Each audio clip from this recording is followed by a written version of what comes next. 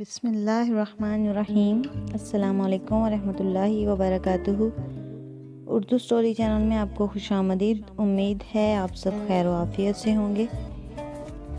آج ہم آپ کو ایک چھوٹی سی تحریر یا سبق آموز واقعہ سنائیں گے کہ ایک نوجوان جب ایک ہسپتال میں اپنے دوست کی تیمارداری کے لیے گیا تو اسی ہسپتال میں لمبے عرصے سے چلنے پھرنے سے معذور، سر کو ہلا سکنے کی قوت رکھنے والا مفلوج اپنے محلے کے ایک بزرگ کے بستر پر گیا تاکہ اس کی بھی تیمارداری کر سکے۔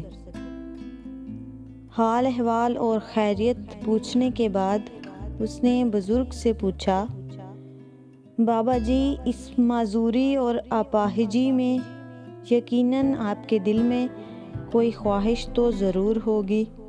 نوجوان کا خیال تھا کہ بابا جی کہیں گے کہ بیٹا، میری خواہش ہے میں تندرست ہو جاؤں، چلوں پھروں، بھاگوں دوڑوں اور دنیا دیکھوں۔ مگر بزرگ نے کہا، بیٹے، میری عمر 50 سال سے متجاوز ہے، میرے 5 بچے ہیں، میں 7 سال سے اس چارپائی کا ہوا پڑا ہوں۔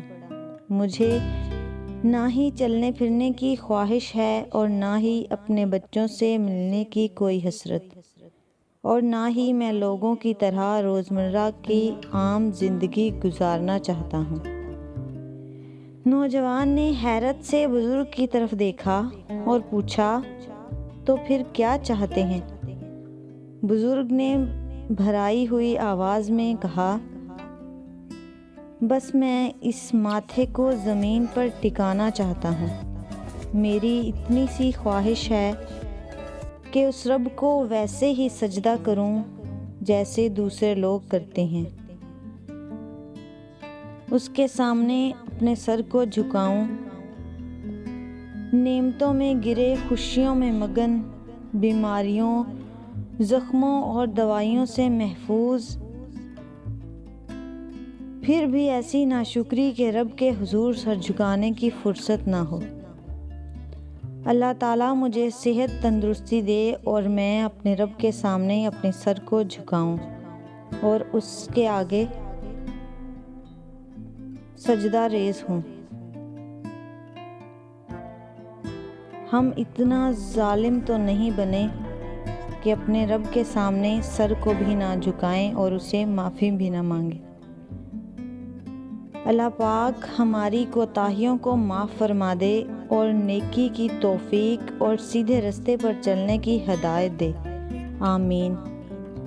یہ تھی آج کی ہماری چھوٹی سی تحریر کہ ایک بزرگ جو بیمار ہیں، ہسپتال میں 7 سال سے اس چارپائی پر پڑے ہوئے ہیں، ان کی آخری خواہش ہے کہ وہ اللہ تعالیٰ کے سامنے اپنے سر کو جھکائیں، اپنے گناہوں کی معافی مانگیں، اپنے رب کے سامنے سجدہ ریز ہوں۔ لیکن ہم آج کل کی عوام تندرست صحت مند ہو کے بھی اللہ تعالیٰ کے سامنے اپنے سر کو نہیں جھکاتے، کبھی نماز پڑھتے ہیں، کبھی نہیں پڑھتے، کبھی اللہ تعالیٰ کے سامنے اپنے گناہوں کی معافی نہیں مانگتے۔